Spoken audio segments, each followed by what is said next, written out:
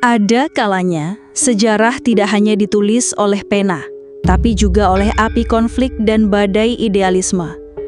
Indonesia, diambang kemerdekaan, menghadapi badai itu. Bukan dari luar, melainkan dari dalam.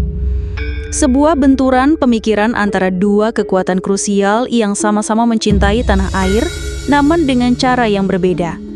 Mereka adalah golongan tua, yang penuh perhitungan, dan golongan muda yang membara tak sabar. Dan dari gesekan inilah percikan proklamasi akhirnya menyala.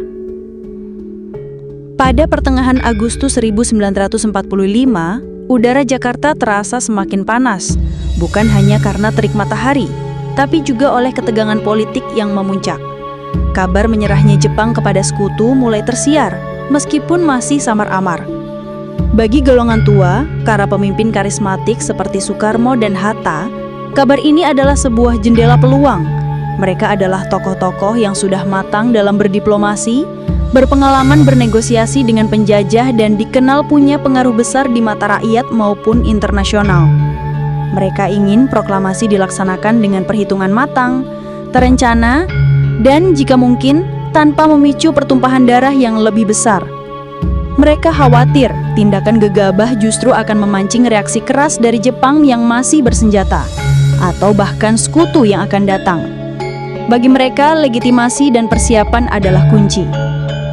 Namun, di sisi lain, bergemuruhlah semangat golongan muda. Mereka adalah para pemuda revolusioner yang berapi-api, tak sabar, dan muak dengan segala bentuk penjajahan.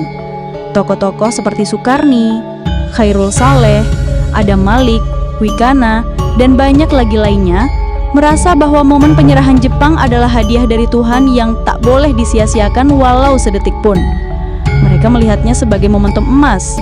Jepang sudah tak berdaya, dan kekosongan kekuasaan harus segera diisi oleh deklarasi kemerdekaan, bukan oleh negosiasi yang bertele-tele atau menunggu restu pihak manapun. Bagi mereka, kemerdekaan adalah hak mutlak, bukan pemberian.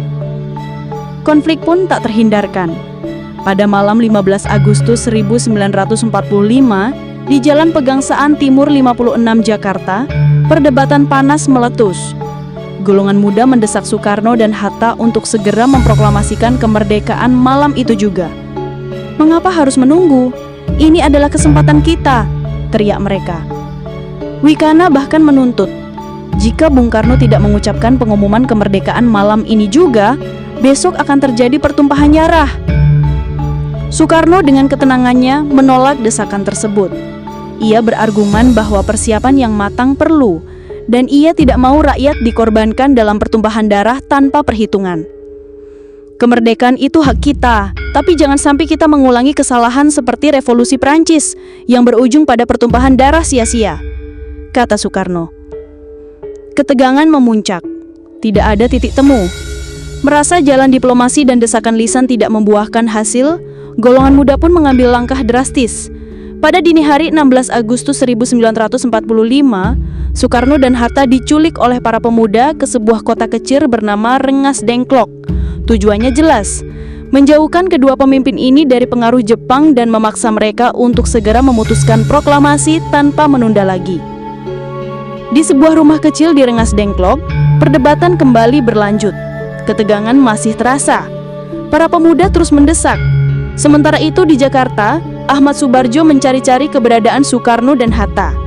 Setelah bernegosiasi dengan para pemuda, Soebardjo berhasil meyakinkan mereka untuk membawa kembali kedua pemimpin itu ke Jakarta dengan jaminan bahwa proklamasi akan dilaksanakan esok hari, 17 Agustus 1945. Malam itu, di rumah Laksamana Maeda, seorang perwira tinggi Jepang yang simpati pada perjuangan Indonesia dan menyediakan tempat yang aman, teks proklamasi dirumuskan. Para tokoh golongan tua dan golongan muda hadir. Perdebatan masih ada, namun kali ini lebih terarah. Mereka bekerja sama, merangkai kata demi kata yang akan menjadi nafas kemerdekaan Indonesia.